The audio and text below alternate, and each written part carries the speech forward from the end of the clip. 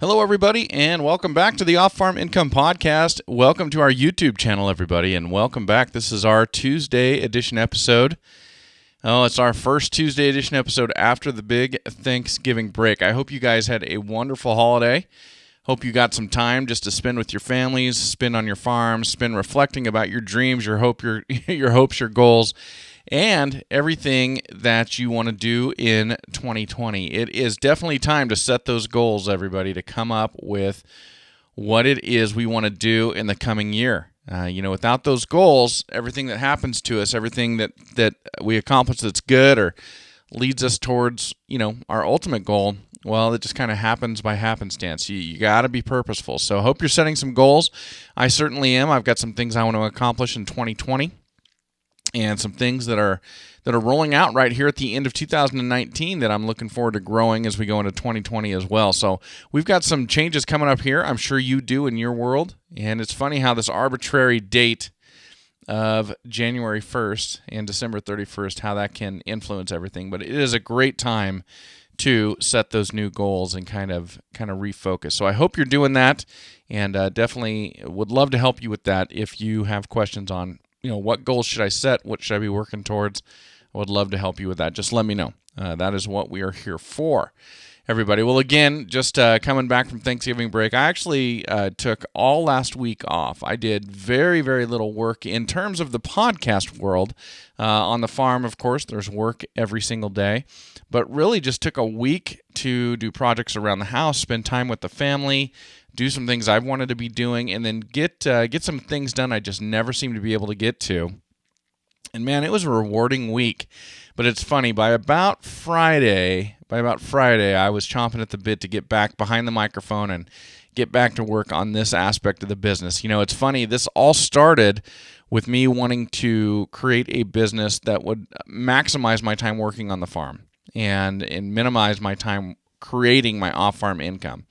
And that is still true, but I have just, as I've found myself in this world where I get to talk to you every day and I get to talk about agriculture every day, it's something that now as I think back, it's something I don't want to give up. It's something I'm going to continue to do no matter what. I really, really enjoy it. So I was definitely looking forward to getting back to it. And I don't want to be a workaholic, but on the flip side, I feel like when you found something that you do for a living that you're looking forward to getting back to, you want to get back to, or in your idle time when you're sitting there going, well, what should I do with myself today?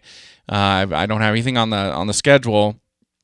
And the thought is, well, maybe I'll just get back to work and continue to grow and build this business and just kind of work on this ultimate pursuit of what I'm chasing in agriculture.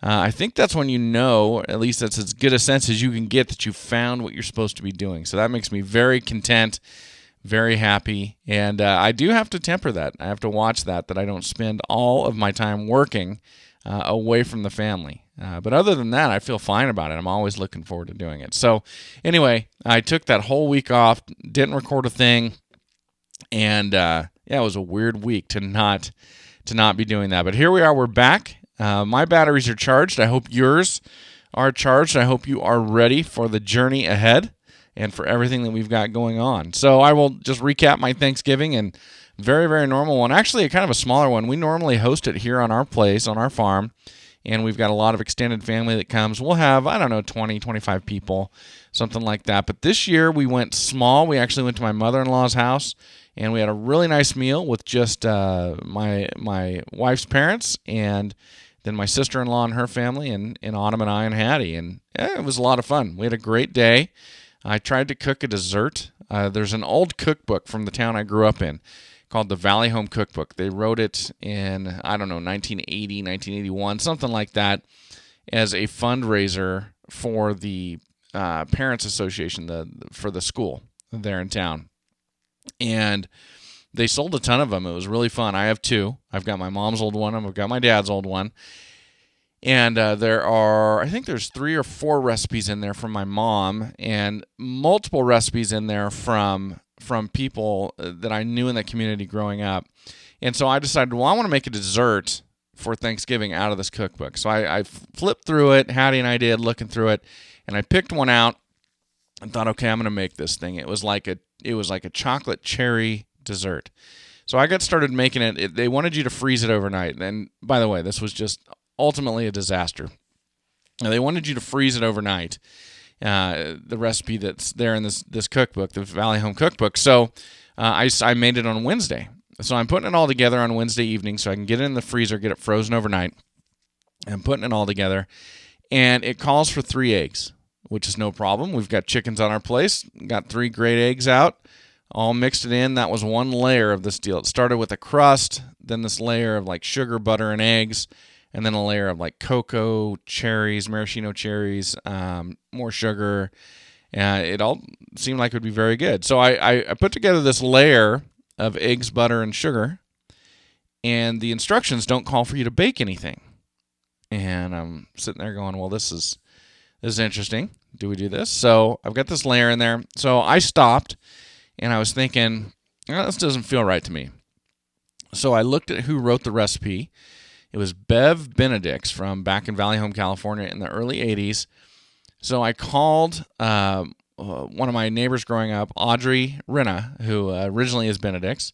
It's one of my great friend's moms, and we grew up right next door. Called her up and I said, hey, this recipe I've got here, do you remember this recipe?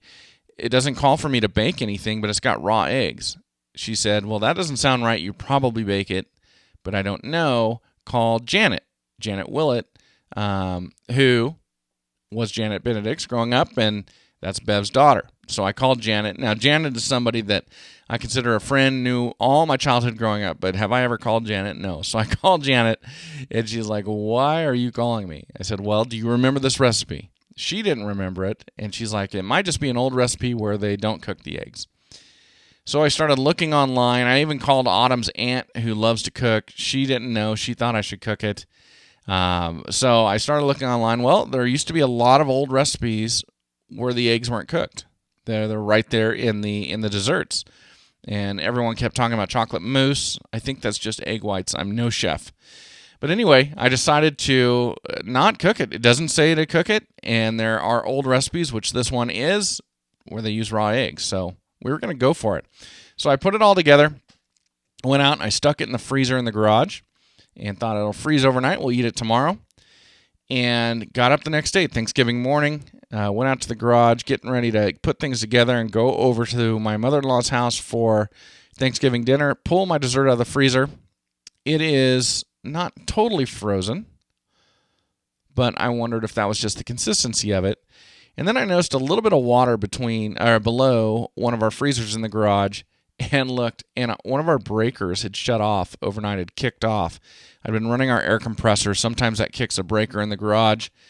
It had kicked the breaker, and so we didn't lose any meat or anything like that, but we had no refrigeration or cooling overnight. We just had the ambient temperatures inside the fridge and the freezer, and so my dessert never froze, although I didn't know when the breaker had kicked.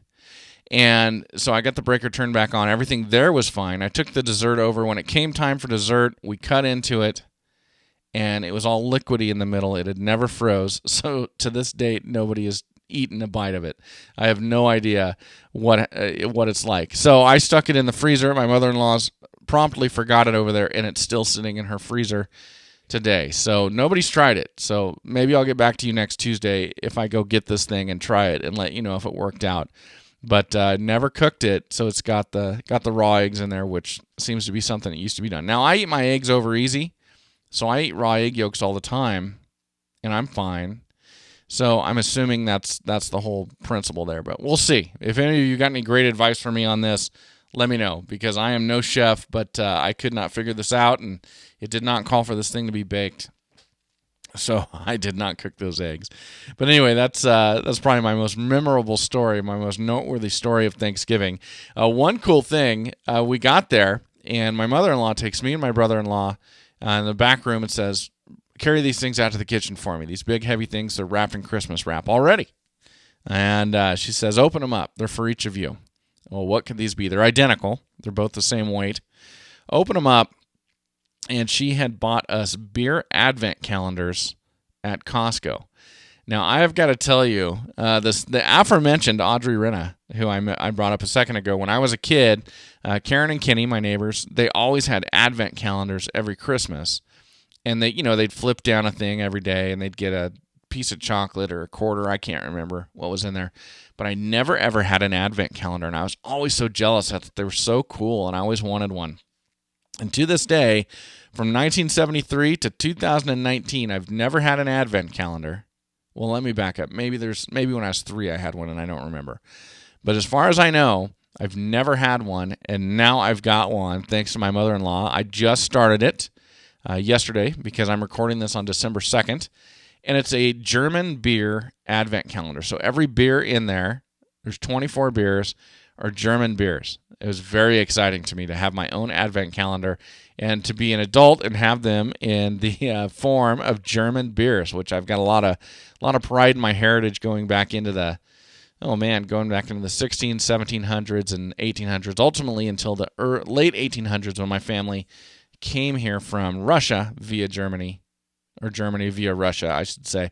But anyway, it was very, very cool. And I started last night with beer number 1, which is a lager. It was a very delicious German lager. It really reminded me of being back in Germany, so it was very, very cool. And so just wanted to bring that up. I thought that was a fun event of Thanksgiving to get that, and of the Christmas season. And I shall be following the Advent every day, thanks to my mother-in-law. And, I brought up the fact that my family came from Germany via Russia. There's got to be some of you in this audience who are German Russians, and or Russian Germans, I should say. I watched a very cool documentary over the break on Amazon Prime called Trapper Jake. It's about this gentleman who trapped for about 100 years. He lived to be about 100, trapped for, I don't know, probably 80 years, something like that, in Wyoming. And he just talks a lot about his family coming from the Volga River region of Russia, but being German, and when they immigrated here from Russia. And they did it about 20, 25 years after my family did, from the Volga River region of Russia. But hey, there's a big group of us that are Volga Germans. It was really cool to see that. So if you are a Volga German as well, I wanted to let you know that I am one as well. So anyway, just a fun part of this. Well, we've got our first real snow on the ground. It snowed most of the day yesterday and a lot overnight. And this is messing up my deal. I haven't fed for a month. This is the first year I've ever done this. I managed all the forage that we either lease or grow on our own in such a way that throughout the entire month of November, I've been able to graze all of our goats and graze all of our cattle, and I haven't been feeding. And I've never, ever started feeding this late. But now that there's this much snow on the ground, definitely going to have to feed. We'll see if it melts off. It may. I don't think the high today is high enough for that to happen. But I've never, ever gotten to this point where I was able to take November and just graze. So it's been a thrill for me to be able to do that. But it looks like I will be feeding today because we've got a lot of snow on the ground, and I'm sure I've got hungry cattle out there as well as hungry goats. But man, it's nice. It was really fun. So I'm recording this on a Monday for you for Tuesday. I will admit to you, I grew up in the San Joaquin Valley of California, so I'm a 49ers fan. This goes all the way back to Valley Home, California, where I grew up. My godfather was a season ticket holder for the 49ers throughout the horrible 70s, but he got to see 4 of the Super Bowls in the 80s and before he passed away, so that was really cool. And I actually still have the program from Super Bowl 16 he brought back to me from Pontiac, Michigan, which was really, really cool that I still have that. Very, very neat. But anyway, so I'm a 49ers fan going way, way back. And so yesterday when the snow was coming down, I got myself in front of the fire to watch the 49ers versus Baltimore, and we lost. But we are having a great year. We've got a great team, and that loss, if you're going to lose a game, losing a game in your opponent's stadium in horrible weather conditions, coming down to the last 3 seconds, the game is tied, and they kick a game-winning field goal. I mean, that's a pretty even matchup. There's not a better way to lose if you're going to have to lose, in my opinion. So we did that. That was a great day to sit and watch it snow all day and to actually be able to plop down in front of the TV and watch football. Because I don't know about most of you, but here we generally don't get bad weather until about November, bad enough to keep me in the house. And so I spend a lot of football season where I'd love to watch football, whether that's college football or NFL, out working on the farm, outside working. I just can't get myself to sit in and watch TV during the day when it's nice enough to be outside and to be working. So when I get an excuse, and those are rare around here because we don't get that much precipitation, when I get an excuse, it's always a pleasure. Yesterday was a great day for that. And hey, the week before, Autumn, Hattie, and I, we ran to Pocatello, and we watched the state championship. Our very own Kuna Kavemen won the state championship in football in their own division. So that was how we started off our Thanksgiving break. That was really, really cool to see them win. So anyway, lots of sports going on this time of year, at least football-wise for us. But with the snow, it brought up an interesting point. So we've got most of our goats over at a place we lease. We had a lot of forage left over this year, so they're grazing that off, and we're not feeding them. We've got a few goats left here. Autumn and Hattie wanted to breed some of our smaller goats to a pygmy buck.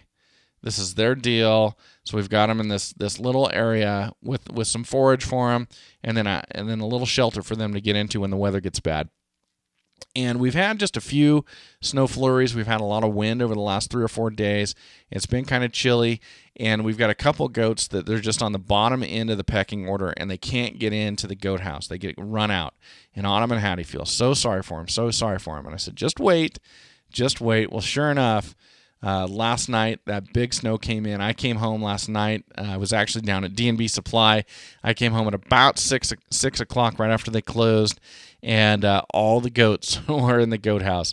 It is just a matter of if it gets cold enough or if it gets snowy enough or rainy enough, and all of a sudden, the goats that are on the lower end of the pecking order, they get enough courage to get in that house.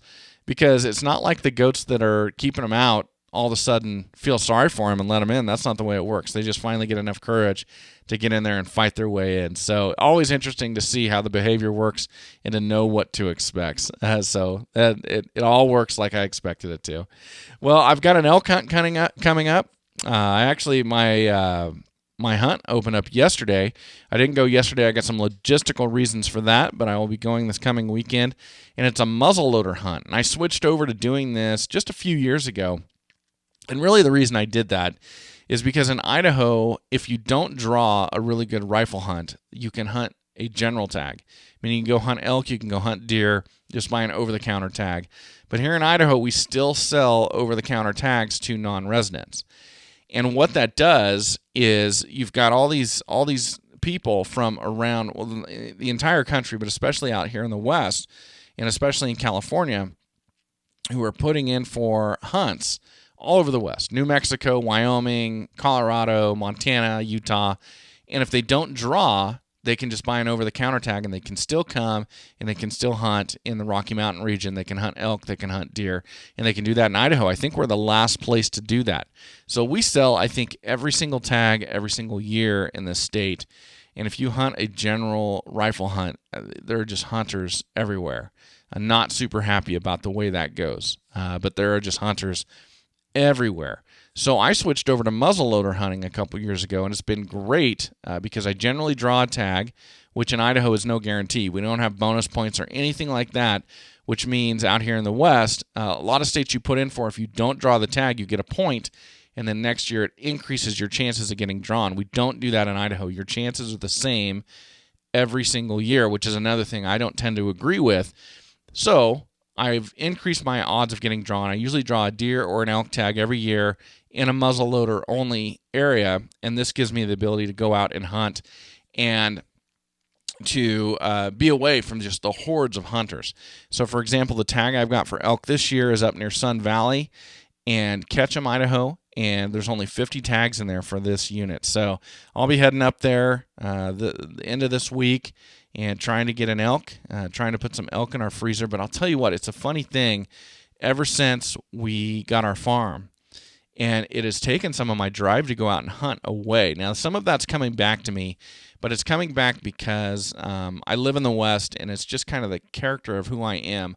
I like the aspect of living in the West where I can go out and I can kind of do what my forefathers did, and I can bring home food for the family. It's certainly no guarantee, but I can at least go and try it, and frequently I'm successful.